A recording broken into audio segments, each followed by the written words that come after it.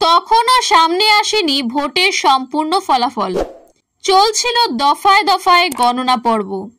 তৃণমূল সমর্থকদের বাঁধ ভাঙা উচ্ছ্বাস শুরু হচ্ছিল দিকে দিকে। সেই আনন্দ মিছিলে বাদ যাননি সৌমিত্রিষা কুণ্ডুও। পশ্চিমবঙ্গে 42টি আসনের মধ্যে 29টিতে জয়ী তৃণমূল, বিজেপি 12টিতে আর কংগ্রেস 1টিতে। ইতিমধ্যেই সবুজ আবিরে ঢেকেছে বাংলার রাস্তাঘাট। বেশিরভাগ জায়গাতেই বেরিয়ে পড়েছেন সমর্থকরা বিজয় মিছিল নিয়ে। আর তৃণমূল কংগ্রেসের এই অভাবনীয় সাফল্যে বেজায় খুশি ছোট পর্দার জনপ্রিয় অভিনেত্রী সৌমিত্রিষা কুণ্ডু, যার ঝলক তার ইনস্টাগ্রাম স্টোরিতেই। একটি সবুজ হার্টের ইমোজি শেয়ার করে নিয়েছেন তিনি। নিজের রাজনৈতিক মতাদর্শ কখনোই চেপে রাখেন না তিনি।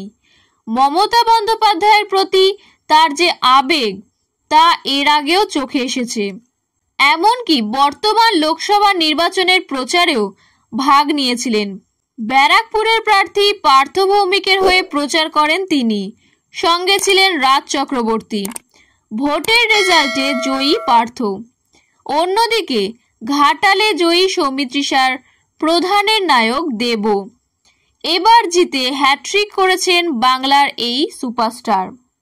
এক সাক্ষাৎকারে সৌমিত্রিষাকে বলতে শোনা গিয়েছিল, সাধারণত পরিবারের লোকজন ছোটদের উপর প্রভাব ফেলে ভোট দেওয়ার ক্ষেত্রে, কিন্তু আমি আমার মা বাবাকে জোর করেছিলাম আমার পছন্দের দলকে ভোট দেওয়ার জন্য।